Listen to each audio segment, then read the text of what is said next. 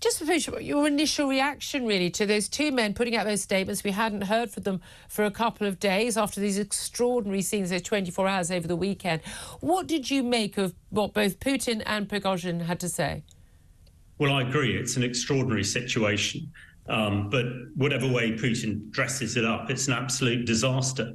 You know, on the one hand, Prigozhin's men have shot down 4 Russian helicopters and a Russian aeroplane, killing, I think, 13 people.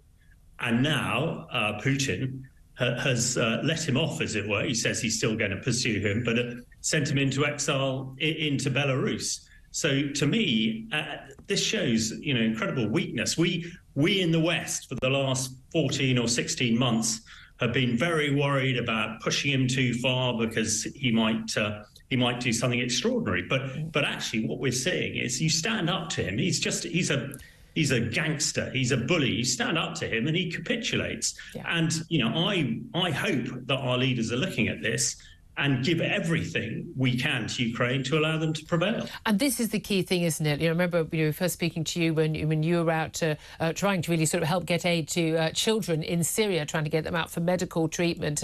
And we had that red line, didn't we, from President Obama. Lots of people might like what he did in terms of domestic policy. As a foreign policy president, he was an absolute disaster for the democratic West. Red line, any use of chemical weapons on the battlefield, that's it, game over. America will get involved. Well, Assad used those chemical weapons.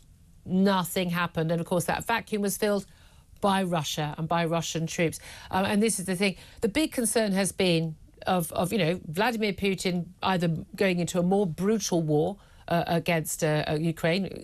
It sounds impossible given what we've heard about what's been going on in Ukraine, but it certainly is possible. Certainly what the Wagner leader Prigozhin wanted.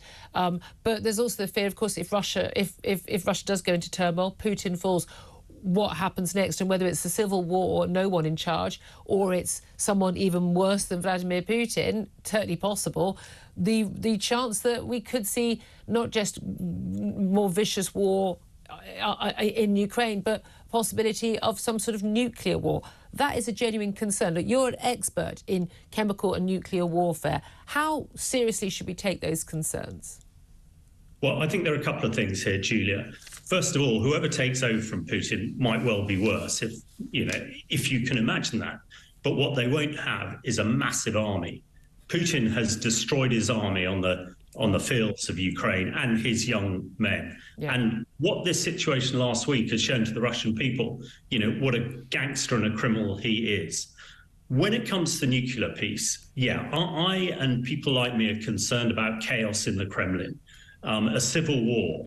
You know, the thought of Prigozhin, another criminal, charging on Moscow, taking control of the largest nuclear stockpile in the world is a concern. And the Americans who appear to have told the Ukrainians over the weekend, just hold off a bit.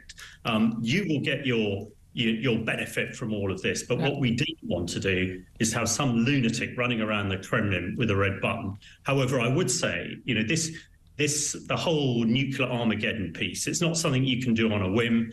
There will still be lines open into the Kremlin. The concern, I suppose, we look at the nuclear piece. Apparently, there are now tactical nuclear weapons in Belarus. Yeah. Wagner are building barracks in Belarus near those tactical weapons.